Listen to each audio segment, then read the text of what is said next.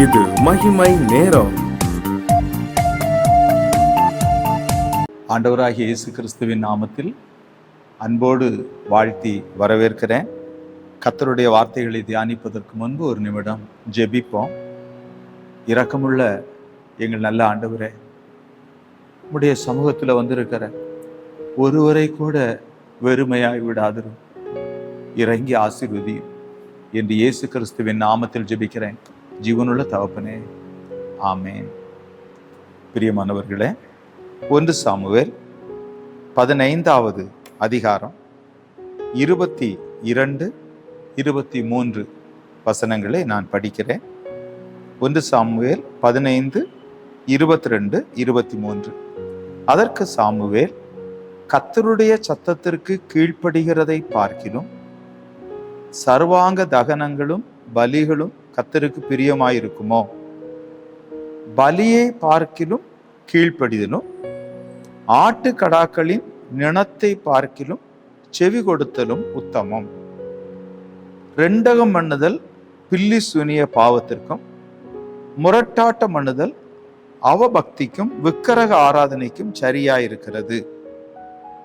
நீர் கர்த்தருடைய வார்த்தையை புறக்கணித்தபடியினாலே அவர் உம்மை ராஜாவாயிராதபடிக்கு புறக்கணித்து தள்ளினார்.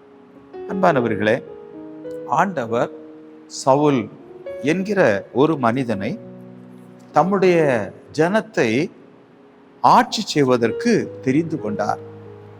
தம்முடைய திட்டத்தை நிறைவேற்றுவதற்கு ஆண்டவர் தெரிந்து கொண்டார்.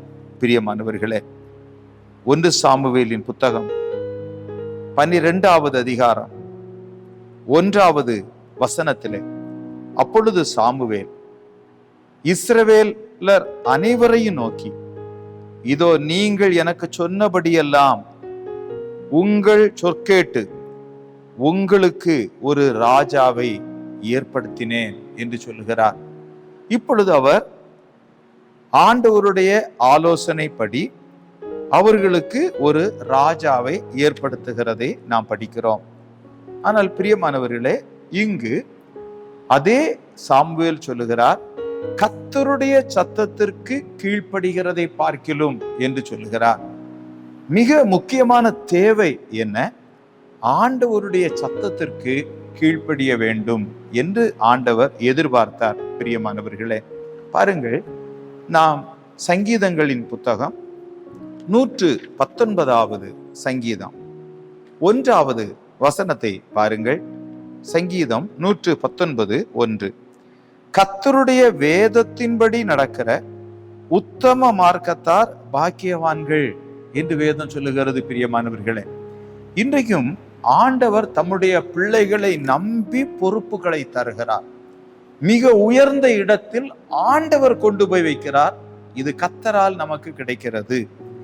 ஆனால் ஆண்டவர் நம்மிடத்துல என்ன எதிர்பார்க்கிறார்? கர்த்தருடைய வேதத்தின்படி நடக்கிற, அவருடைய சத்தத்தின்படி நடக்கிற அவர்கள்தான் உத்தம மார்க்கத்தார் என்று ஆண்டவர் அழைக்கிறார். அவர்களை கொண்டுதான் ஆண்டவர் இந்த மண்ணிலே தம்முடைய சித்தத்தை நிறைவேற்ற வாஞ்சியாயிருக்கிறார். பிரியமானவர்களே, தம்முடைய சித்தத்தை நிறைவேற்ற வாஞ்சியாயிருக்கிறார். நாம் சங்கீதங்களின் புத்தகம் 128வது சங்கீதம் 1வது வசனத்தை கவனியுங்கள். கர்த்தருக்கு பயந்து அவர் வழிகளில் நடக்கிறவன் எவனோ அவன் பாக்கியவான் என்று ஆண்டவர் சொல்லுகிறார். அப்படியானால் மனுஷருக்கு பயந்து மனுஷரை பிரியப்படுத்துகிற ஒரு வழியிலே நாம் நடக்கலாம். இல்லாவிட்டால் கர்த்தருடைய வழிகளில் நடப்பதற்கு பதிலாக நாம் ஒரு வழியை தெரிந்து கொண்டு அதிலே நடக்கலாம்.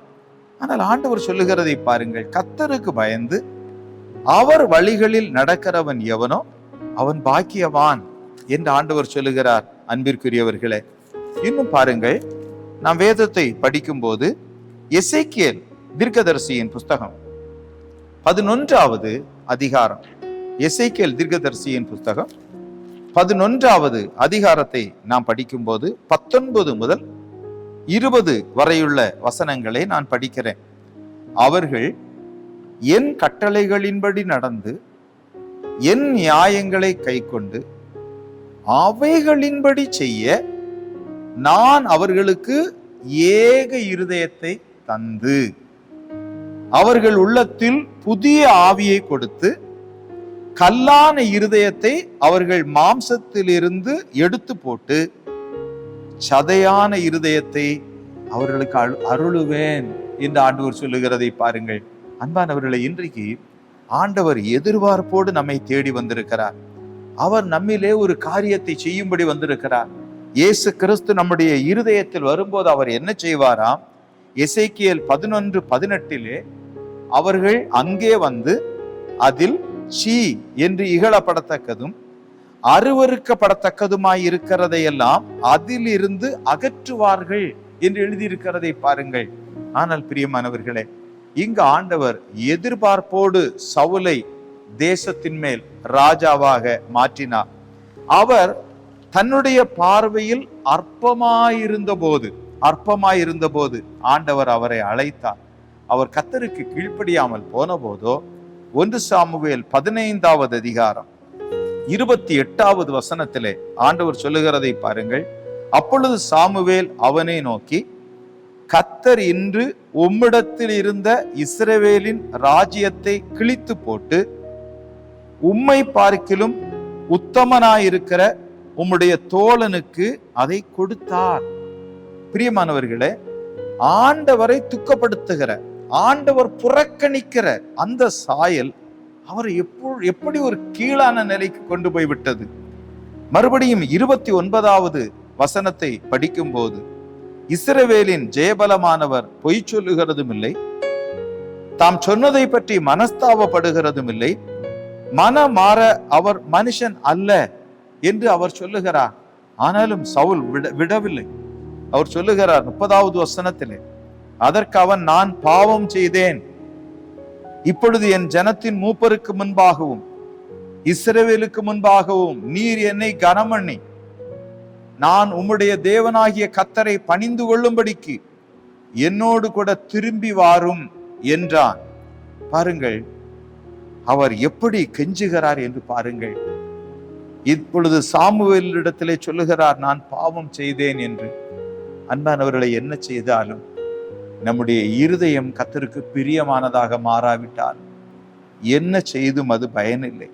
ஏனென்றால் ஆண்டவர் சொல்லுகிறார், இரண்டகம் பண்ணுதல் இல்லாவிட்டால் முரட்டாட்டம் பண்ணுதல் என்ற 2 காரியத்தை கர்த்தர் பயன்படுத்துகிறார். ஆண்டவருடைய சத்தத்திற்கு கீழ்ப்படிய வேண்டும், அதுதான் நமக்கு முக்கியம்.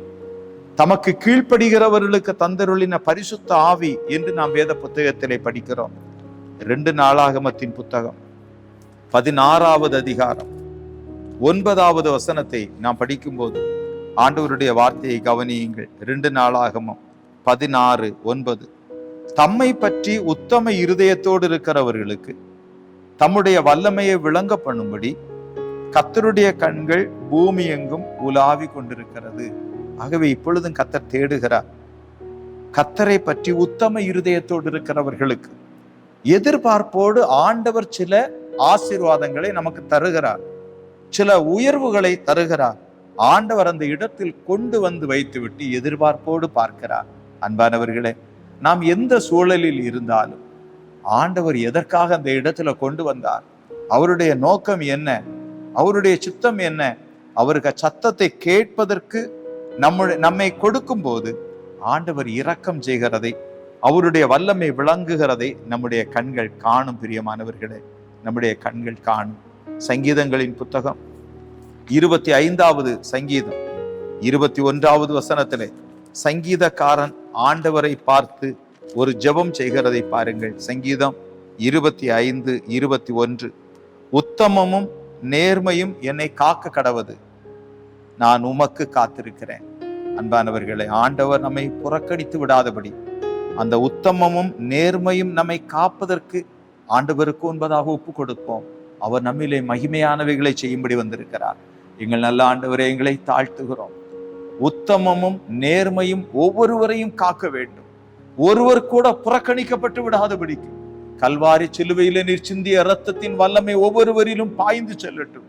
உமக்கு முன்பதாக உண்மையும் உத்தமமாய் நடப்பதற்கு, நீர் தந்திருக்கிற வாய்ப்புகளை பயன்படுத்துவதற்கு இரக்கம் செய்திருளும் என்று இயேசு கிறிஸ்துவின் நாமத்தில் ஜெபிக்கிறோம் எங்கள் ஜீவனுள்ள தகப்பனே.